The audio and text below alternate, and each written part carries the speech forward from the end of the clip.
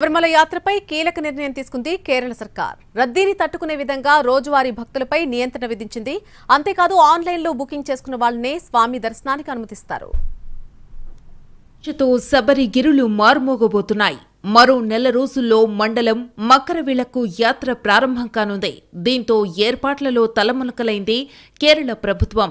శబరిమల యాత్రపై కేరళ ముఖ్యమంత్రి పినరయి విజయన్ ఉన్నత స్థాయి సమీక్ష నిర్వహించారు. ఈ సందర్భంగా పలు కీలక నిర్ణయాలు తీసుకున్నారు. భక్తులకు మెరుగైన సౌకర్యాలు కల్పించాల్సిందిగా అధికారులను ఆదేశించారు సీఎం విజయన్. అయ్యప్ప దర్శనాల విషయంలో కీలక నిర్ణయం తీసుకుంది కేరళ ప్రభుత్వం. ఆన్లైన్లో బుకింగ్ చేసుకున్న వాళ్లకు మాత్రమే అయ్యప్ప దర్శనం లభించనుంది.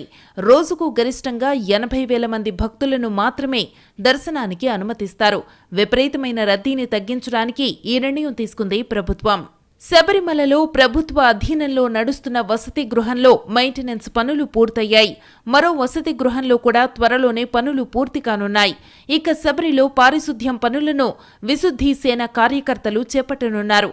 త్వరలోనే వీరికి వైద్య పరీక్షలు నిర్వహించి ట్రైనింగ్ ఇవ్వనున్నారు.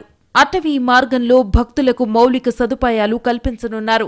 అవసరమైతే వాహనాలపై నియంత్రణ విధించనున్నారు.